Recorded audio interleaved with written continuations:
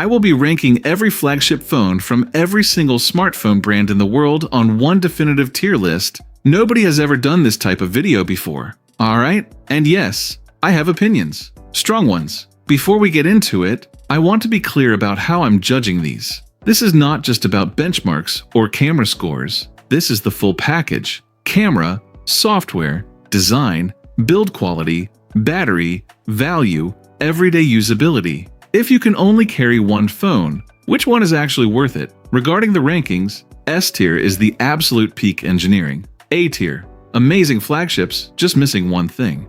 B tier is safe and solid, the reliable workhorses. C tier is the compromise tier that are not true flagships. D tier is cooked. Alright, let's get into it. First phone on the board, Realme GT 8 Pro. This phone does a lot of things right. You've got a Snapdragon 8 Elite Gen 5, a really smooth 144Hz LTPO display, and the 120-watt charging is genuinely fast for the price point. But here's the thing, compared to the phones at the top of this list, the Realme GT 8 Pro still feels like it's trying to prove itself. The software experience has rough edges, and the brand still carries that budget sub-brand stigma whether we like it or not. It's a solid phone. It's a good phone. I'm throwing this straight into the B tier. It's fine, but nothing special for me. Next, RedMagic 8 Pro. This one gave me a headache, because on paper this thing is A tier all day. Snapdragon 8 Elite Gen 5, one of the best displays in its class, an insane battery that just does not die. I was gonna put this in A tier, I really was. But then I thought about the full picture. The camera system is great, but it's not competing with the absolute best. And the software, macOS, it's gotten better, but it's still not as polished as what you get from Samsung or Apple. B tier, high B tier. If Honor sorts out the software and the post-processing of their images, then A tier. For now, B. iPhone 17 Pro Max. This is still one of the best phones you can buy. The A19 Pro chip is ridiculous. iOS is one of the most polished mobile operating systems on the planet, and the camera system is exceptional. But here's why it's not S tier for me. The switch from the premium titanium frame of the 16 Pro Max back down to an aluminum unibody this year was highly controversial, and rightly so. It feels like a step backwards. Combine that with camera improvements that were more iterative than groundbreaking. A tier. Comfortably, and for a lot of people watching this, it's still the phone I'd recommend. The ecosystem, the longevity, the resale value, it all adds up. Next, RedMagic 11 Pro. Look, I respect what RedMagic does. They make some of the most powerful phones for gaming, and the 11 Pro is genuinely the fastest phone for gaming. But we're ranking these as overall flagship phones. And as an overall flagship, the RedMagic 11 Pro just doesn't hold up. The camera is average at best, no dedicated telephoto, low light performance is behind phones that cost half the price. The design is very gamer, the RGB lighting, the aggressive styling, it's cool if that's your thing, but it's not a flagship experience for most people. And the in-display selfie camera is a cool party trick, but the actual selfie quality is not good. C tier, it's the best gaming phone, but we're not ranking gaming phones. We're ranking flagships, moving to the Huawei Pura 80 Ultra. This one is complicated, and I think we all know why. The camera system is genuinely one of the most unique photography experiences you can get on a phone. Huawei does things with portrait rendering and color science that nobody else does. And the design is unique. But we have to be real. No Google services? The homegrown Kirin chip, while impressive, still heavily lags behind the Snapdragon 8 Elite Gen 5 in raw power. If you live in China, this might be an A-tier phone, maybe even S-tier for photography specifically, but as a global flagship recommendation, B-tier. Alright, next, iQOO 15 Ultra. Okay, so, in terms of raw specs, this thing is actually crazy. 7,400 mAh battery, Snapdragon 8 Elite Gen 5, 2K display at 144Hz, and 100-watt charging. On paper, this should be an A-tier phone. But here's the problem. iQOO is still primarily a China-first brand. Global availability is limited, software support is questionable long-term outside of China, and the camera system, while decent, doesn't compete with the top dogs. It's also very clearly optimized for performance and battery, which is great, but it feels like a phone built around a spec sheet rather than a holistic daily experience. B tier, and I think that's fair. Up next, Xiaomi 17 Ultra. Now we're talking. This is the phone that Xiaomi fans have been waiting for. The camera system here is genuinely world-class. A massive 1-inch main sensor, proper periscope telephoto,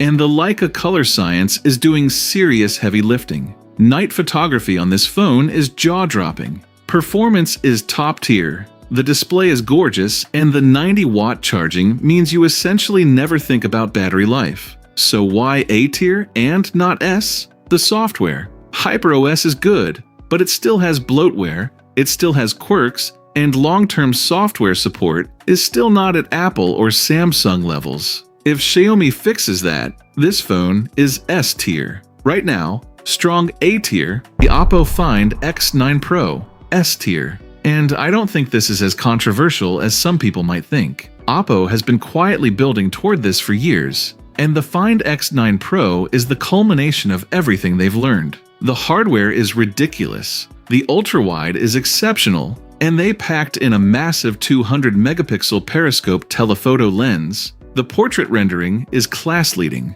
but what makes this an S-tier phone is that it has all of that camera power, plus the Dimensity 9500 chip and a colossal 7500 mAh battery. Add to that a phenomenal display, clean color OS that has genuinely grown up, and a design that turns heads without screaming for attention. Yeah, this is a complete flagship without a single compromise. Top to bottom, S tier, easy. Next one, Google Pixel 10 Pro XL. Here's the thing about Pixel. I always thought the Google Pixel was a bit overrated. Don't get me wrong, the software is incredible. The AI features are genuinely useful in everyday life. The camera processing, especially for portraits and low light, is still some of the best available. But the Pixel 10 Pro XL has a massive problem, the Tensor G5 chip. Google finally switched to TSMC to build this processor. It was supposed to fix everything. And yes, it's better than the G4, but it still absolutely cannot compete with Snapdragon or MediaTek in raw performance.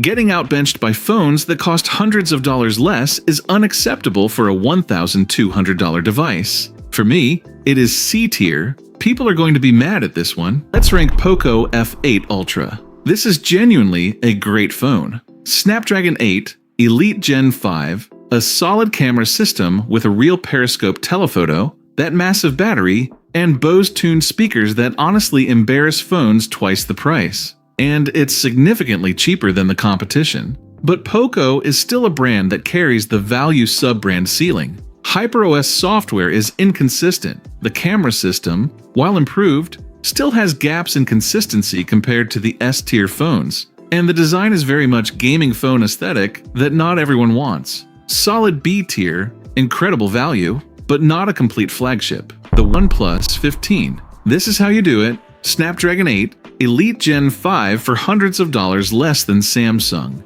It is fast, fluid, and the battery situation alone puts this phone in a different conversation. 7,300 mAh, 2-day battery life, and it still has 120 watts wired charging in its global version. The cameras are still good but not elite, since they removed the Hasselblad collaboration. Oxygen OS is still one of the cleanest Android experiences available. Performance is top tier, and at $900 it undercuts nearly every competitor in this list. A tier just because of the camera downgrade. Alright, next up is Vivo X300 Pro. This one might surprise people, but it is an S tier for me. Here's the thing about Vivo. They don't get the attention they deserve in Western markets, but the X300 Pro is an absolute monster of a phone. They packed a massive 200-megapixel Zeiss APO telephoto lens in here, and the performance is best in class at the zoom ranges most people actually use. The portrait rendering literally uses Zeiss optical simulations,